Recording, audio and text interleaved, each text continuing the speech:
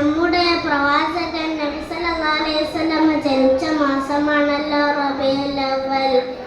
ഈ പുണ്യമാസത്തിൽ നബിയുടെ കഥകൾ കേൾക്കാൻ നിങ്ങൾക്കെല്ലാവർക്കും ഇഷ്ടമല്ലേ? എന്നാൽ ഞാനൊരു കഥ പറയാം. ഒരിക്കൽ നബി സല്ലല്ലാഹു അലൈഹി വസല്ലമയും ശിഷ്യന്മാരും ഒരു സദസ്സിലിരിക്കുകയായിരുന്നു. സദസ്സിനിടയിൽ ഒരു യാചകൻ കയറി വന്നു. ആ യാചകൻ നബിയോട് ചോദിച്ചു, നബിയെ, എനിക്ക് വല്ലതും തരണേ. അപ്പോൾ നബി ആ യാചകനോട് ചോദിച്ചു, നീ എന്തിനാണ് യാചിക്കുന്നത്? നിന്റെ വീട്ടിൽ ഒന്നുമില്ലേ? അപ്പോൾ ആ യാചകൻ നബിയോട് പറഞ്ഞു, ഇല്ല. അപ്പോൾ അങ്ങനെ മുത്തുനബി സല്ലല്ലാഹു അലൈഹി വസല്ലം ആ യാചകനോട് ചോദിച്ചു, എന്നാലും എന്തെങ്കിലും ഒന്നും ഉണ്ടാകുമില്ലേ? എൻ്റെ വീട്ടിൽ ഒരു പുതപ്പും വെള്ളി പാത്രവും ഉണ്ട്.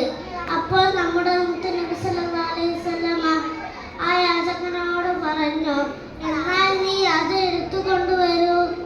അങ്ങനെ ആ യാചകൻ തിരിഞ്ഞു സന്തോഷത്തോടെ വീട്ടിലേക്ക് പോയി ആ പുതപ്പും വെള്ളിപ്പാത്രവും എടുത്തുകൊണ്ട് വീണ്ടും നബിയുടെ അടുത്തേക്ക് ചെന്നു. നബി ആ സദസ്സിലുള്ളവരോട് ചോദിച്ചു, ഇത് വിലക്ക് വാങ്ങാൻ ആരാണ് തയ്യാറായിട്ടുള്ളത്? അപ്പോൾ അങ്ങനെ ഒരു സഹാബി കൈ ഉയർത്തിക്കൊണ്ട് പറഞ്ഞു, ഞാനിത് 2 ദിർഹമിന് വാങ്ങാൻ നബിയെ. അങ്ങനെ ആ സഹാബി 2 ദിർഹമിന് ആ പുതപ്പും വെള്ളിപ്പാത്രവും ആ യാചകന്റെ അടുത്ത് നിന്ന് വാങ്ങി. അങ്ങനെ നബി സല്ലല്ലാഹു അലൈഹി വസല്ലം ആ യാചകനോട് പറഞ്ഞു, 1 ദിർഹം കൊണ്ട് നീ വീട്ടാവശ്യമായ സാധനങ്ങൾ വാങ്ങുക. 1 ദിർഹം കൊണ്ട് നീ മഴ വാങ്ങി കാട്ടിൽ പോയി വിറക് വെട്ടി ജീവിക്കുക. അങ്ങനെ സന്തോഷം കൊണ്ട് ആ യാചകൻ തിരിഞ്ഞു വീട്ടിലേക്ക് പോയി.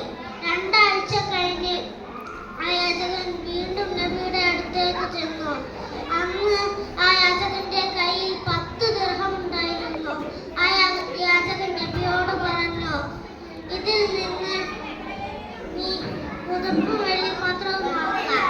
ബാക്കിയുള്ളവ കൊണ്ട് നീ വീട്ടാവശ്യത്തിന് വാങ്ങുക. അങ്ങനെ യാചനയിൽ നിന്ന് മോചനം കിട്ടിയ അദ്ദേഹം സന്തോഷത്തോടെ